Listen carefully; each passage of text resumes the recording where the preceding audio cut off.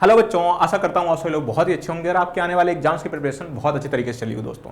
जैसा कि timely basis पे कोई ना कोई नोटिफिकेशन रिलीज होता रहता है। मेक इट इजी के ऊपर जितने भी नोटिफिकेशन रिलीज होते हैं ऑलमोस्ट सारे नोटिफिकेशन का टाइमली बेसिस पे अपडेट आप लोगों को प्रोवाइड किया जाता है। इसी क्रम में आप लोग का जो नया नोटिफिकेशन रिलीज हुआ बच्चों, government of NCT of Delhi यानी that means national capital territory, जिसमें कि Delhi subordinate services selection board की तरफ से यानी DSSB की तरफ से आप लोगों का नोटिफिकेशन रिलीज हुआ है। अब इंपॉर्टेंट डेट क्या है, सबसे पहले वैकेंसी नोटिस के देखने से पहले 18/8 से फॉर्म फिलअप यानी फॉर्म फिलअप करना स्टार्ट हो रहा है बच्चों। और जो फॉर्म की क्लोजिंग डेट है बच्चों वो बताई जा रही है 16/9/2025 तक बताई जा रही है। 18 अगस्त से फॉर्म फिलअप स्टार्ट होगा और 16 सितंबर तक चलेगा।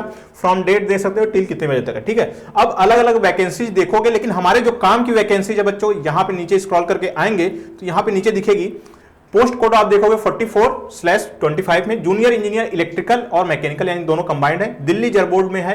टोटल नंबर ऑफ वैकेंसीज अगर आप यहां पे देखोगे तो 50 है, उसमें से 34 क्या है जनरल के लिए है। अब नीचे और आते हैं इसके लिए क्या है टोटल वैकेंसीज अगर आप लोग यहां पे देखोगे तो ये है, लेकिन हमें उससे मतलब नहीं है। अब नीचे आते हैं स्क्रॉल करके बच्चों, देखते हैं और क्या खास है इसमें।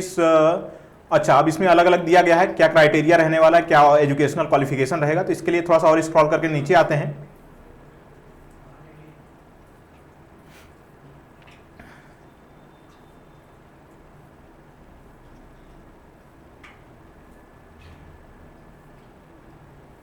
पोस्ट कोड था 44/25 ना,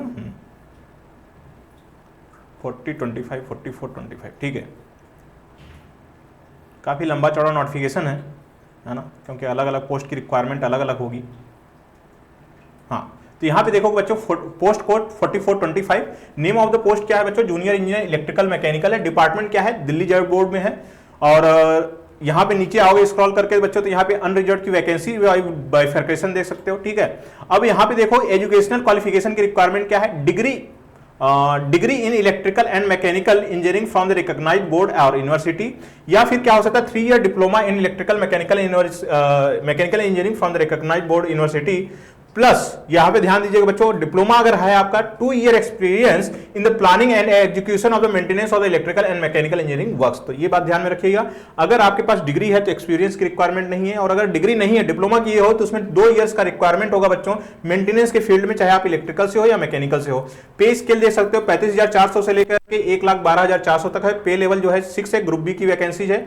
एज का क्राइटेरिया आप लोग देख लेना बच्चों, अच्छे से पढ़ लो। Not exceeding 30 years, age relaxation will be given as per the table para 7, मतलब जो रिलैक्सेशन होता है SC ST OBC के लिए वही सेम है, ठीक है। अब नीचे आते हैं और देखते हैं इसमें क्या है इंपॉर्टेंट। एग्जामिनेशन का क्या है तरीका, इनका क्या फॉर्मेट में रहेगा एग्जाम। तो अब देखिए बच्चों एलिजिबिलिटी क्राइटेरिया में क्या है, इंडियन सिटीजन होना चाहिए। Educational qualification, age, experience etcetera stipulated in the advertisement shall be determined as on the 16/9/2025, यानी 16/9/2025 से पहले आपका एज और जो भी डिग्री वगैरह क्वालिफिकेशन होगा ये इसी डेट पे कैलकुलेट किया जाएगा इसी डेट को बेस मान करके।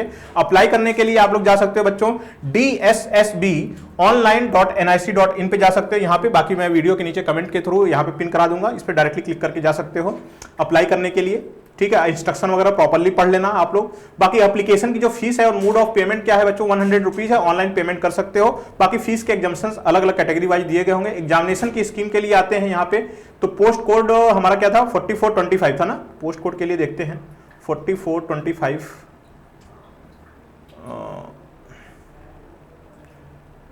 44, हाँ ठीक है। तो यहां पे देखिए बच्चों 44/25 है। 2 टीयर में होगा, टेक्निकल 1 और नॉन डिस्क्रिप्टिव एग्जामिनेशन होगा, 2 पार्ट में होंगे आपके, ठीक है।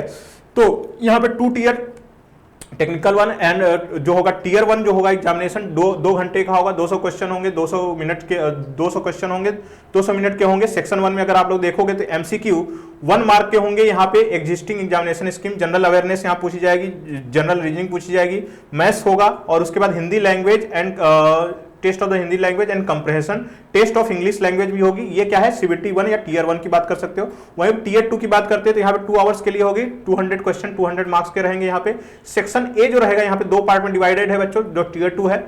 यहाँ पे सब्जेक्ट क्वालिफिकेशन रिलेटेड पेपर होगा, अगर आप मैकेनिकल से हो तो मैकेनिकल का पेपर रहेगा, 150 क्वेश्चन 50 मार्क्स के 150 मार्क्स के रहेंगे। सेक्शन बी अगर देखोगे तो MCQ 1 मार्क ईच का रहेगा, जिसमें कि बेसिकली आपके इंग्लिश लैंग्वेज से बेसिकली टेस्ट लिया जाएगा। यानी टोटल ऐड कर दोगे तो 2 घंटे में आप लोगों को 200 क्वेश्चन 200 मार्क्स के लिए करने रहेंगे। यहाँ 50 क्वेश्चन का क्या रहेगा, इंग्लिश रहेगा टीयर 2 में, और 150 क्वेश्चन का क्या रहेगा बच्चों आपका सिंपली क्या बोल सकते हो आप लोग का टेक्निकल पोर्शन रहेगा। अगर आप मैकेनिकल से हो तो मैकेनिकल, इलेक्ट्रिकल से हो तो इलेक्ट्रिकल का पूछा जाएगा। ठीक है, अब यहाँ पे बाकी ये सब चीजें दिए गए हैं, आप लोग पढ़ सकते हो।